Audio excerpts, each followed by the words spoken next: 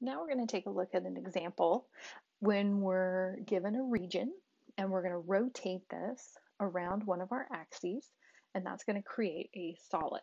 So in class, I'll show a physical example of how this works, and I'll do my best to draw this here. Um, but what we're going to look at is finding the volume of a solid created by rotating a given region about the x-axis. So we're going to look at the region that's created by the functions y equals 1 minus x squared. So that's what we have graphed right here. And then the line y equals 0, that is the x-axis. So the region that we're talking about, I'm going to shade this here for a second, is this guy right here. So what you kind of want to view this as is sort of like a solid piece of paper, and then we're going to hit it and spin it so it goes around the x-axis. So we're going to spin this, and so what I like to do is I like to take and draw its reflection down across the x-axis, and then draw a couple of sort of circles. Is that because this is spinning around? So again, we'll look at a physical model in class, but the idea is that we're spinning this around and creating this sort of sphere that kind of has the ends on it kind of that have been pinched a little bit. And so we want to find the volume of this shape that we've made.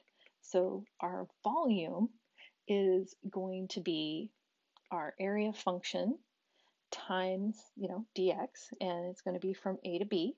So what we want to look at, the x values. So -1 to 1 are our limits of integration, and we're going to slice this.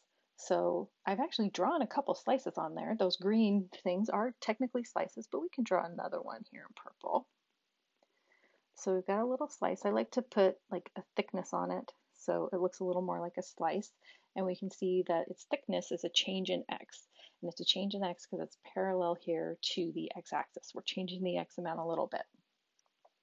And then our front of this is a disk. So if we want to, we could draw this disk kind of out here. Again, this is how well can Sarah draw things in 3D. Not very well, but there's our slice, and it's a circle. It's kind of an oblong looking circle, but it's a circle, and it's got a radius.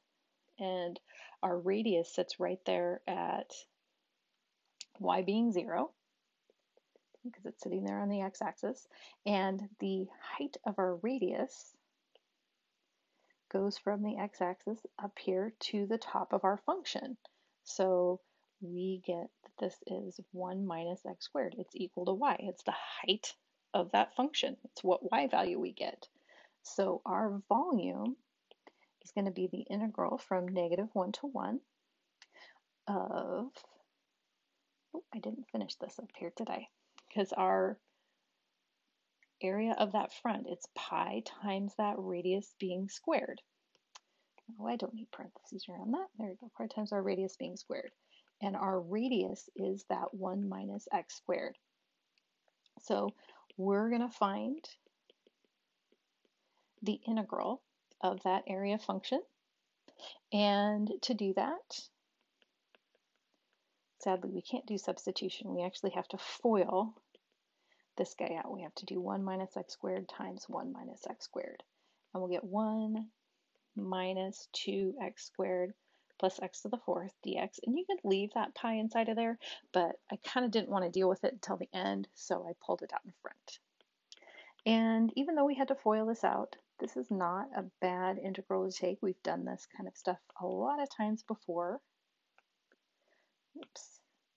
-1 to 1. And then we get pi, and 1 minus 2/3 plus 1/5, that's what we're going to get from plugging 1 in, minus -1 plus 2/3, and then minus 1/5, that's what we're going to get from plugging in -1. So I grabbed my calculator and figured this out, and I got 16/15. So I got 16 pi 15ths, and if we're being good and technical about this, this is units cubed. So that's the area of that solid that we created.